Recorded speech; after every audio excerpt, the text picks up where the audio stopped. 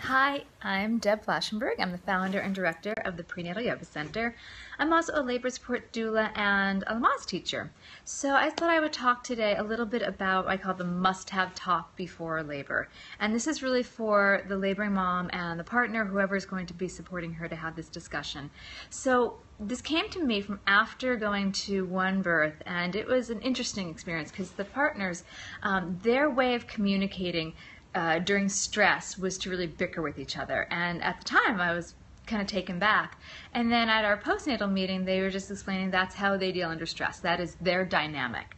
And so after that experience, I thought, wow, it's really interesting. What I should probably do is start to bring up kind of the emotional side of how people deal with each other under stressful situations. So that's what we're going to talk about today. So a lot of people go through their childbirth education classes and they learn kind of the emotional signposts of what labor looks like.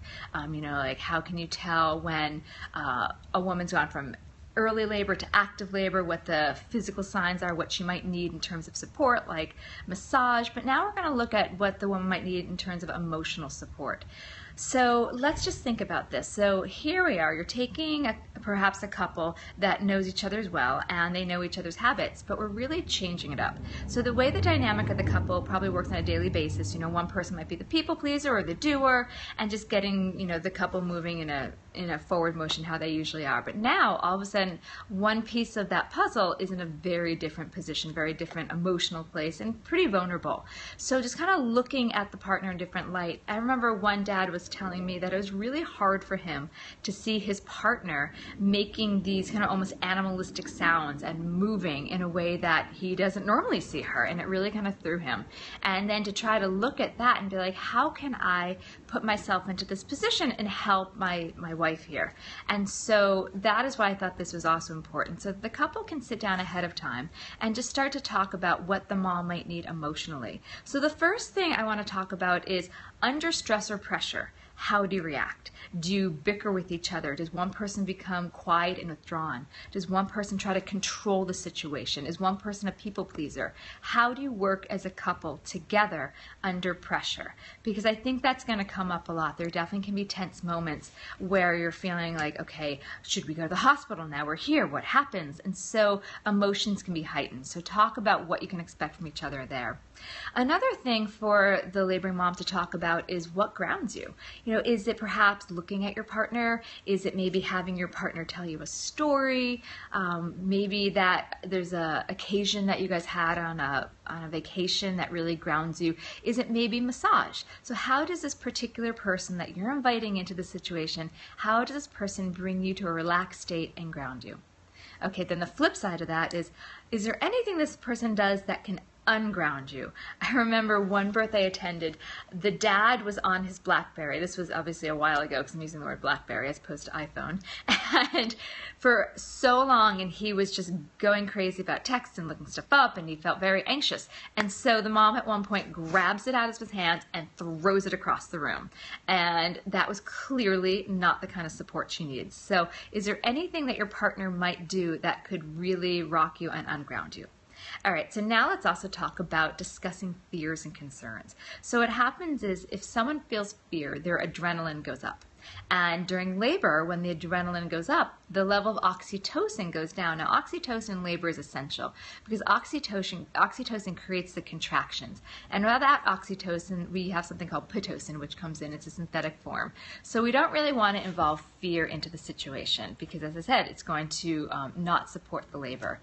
Now, oftentimes, women go into the labor experience with some sort of fear, but it's important for the partners to talk about what that might be ahead of time. One time I had a couple that the woman was so afraid of crossing the threshold of giving birth that she just held her labor back. And she had a very long, arduous labor. And about a year after having her baby, she called me to have a conversation, and she said, I didn't realize how scared I was to have this baby.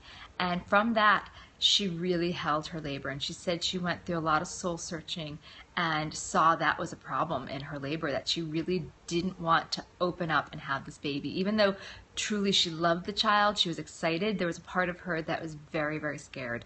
So from that experience, I brought into my doula practice sitting down with my couples and talking about what are the fears you might have. Are there fears about the discomfort of labor? Are there fears about, again, crossing the threshold to motherhood?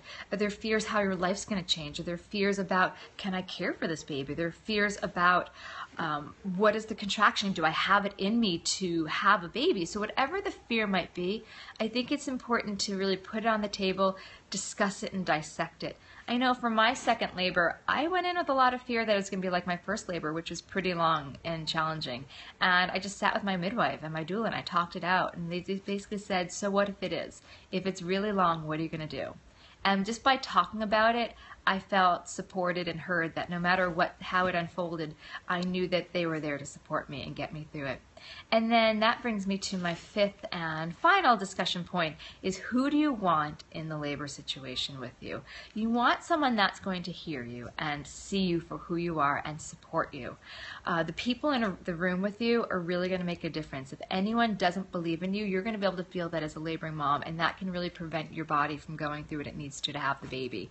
You want someone that knows your birth preferences, that knows how to support you, that knows your fears, that knows how to get in there and help talk you into a grounded place. And I think when you have that support, you've had these conversations, you feel more reassured. And when you go into the birth situation, you feel supported and reassured, birth tends to happen a little bit easier. So I hope that can help people heading into the labor situation. And I also have this set on my blog, Deb's blog, so you can look at prenatalyogacenter.com, and it's called the Must-Have Talk Before Labor. So I hope for all those moms that are heading into labor, you have an opportunity to sit with your partner and have this conversation. Have a wonderful night. Thank you so much. Namaste.